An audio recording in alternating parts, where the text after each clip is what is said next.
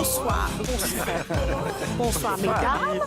Bonsoir à tous. Je me présente Sidonie de Péronthèse de Courchevaux de la Batte. Oui, triple particule.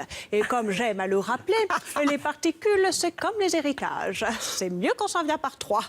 Quel plaisir de voir enfin un film qui traite de cette ravissante tradition qu'est l'héritage. Tradition qui permet de combler le vide de la triste disparition d'un proche. Avec de l'argent, on en viendrait presque à souhaiter le décès d'un parent. Oh, bien sûr, non, je ne le souhaite pas, c'est horrible.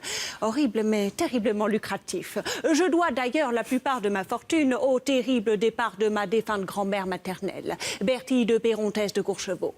Paix à son âme. Une femme formidable, avec un cœur grand comme ça, qui a fini par la lâcher d'ailleurs. Triste ironie. Mais grâce à sa mort, j'ai pu entre autres faire l'acquisition de mon bien-aimé cheval, dans le but d'offrir une compagnie à Hortense, ma jument. Cheval que j'ai prénommé Berton, un hommage évident. Ah, Berton, un magnifique pur sang. Mais de pur sang, il ne possédait hélas que le qualificatif. Il est mort d'une infection sanguinaire. Mais il est vrai, et vous soulevez ce problème dans votre film, que parfois l'héritage peut provoquer des conflits au sein d'une même famille. En effet, à sa mort, ma deuxième grand-mère, Louison, a laissé derrière elle un fabuleux manoir à Trouville, ainsi que 2 hectares de terrain.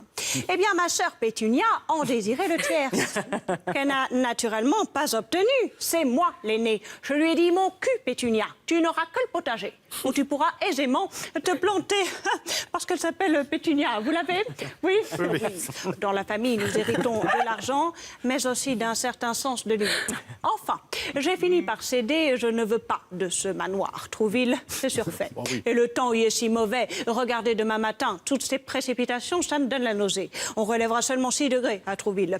Tout comme à Lille, d'ailleurs, ou à Mont-de-Marsan. On remarquait l'après-midi, il y aura guère une quelconque amélioration. Et les températures se lèveront à 10 du côté de la capitale, 13 à Bordeaux et 14 à Monaco. Enfin, globalement, le temps est terriblement mauvais en France. Et c'est pourquoi j'envisage prochainement d'acquérir une villa dans les Hamptons. Et pour ce faire, je compte bien sur ma vieille tante Suzy, si vous voyez ce que je veux dire. Allez, bonne soirée à tous et tout de suite les guignols.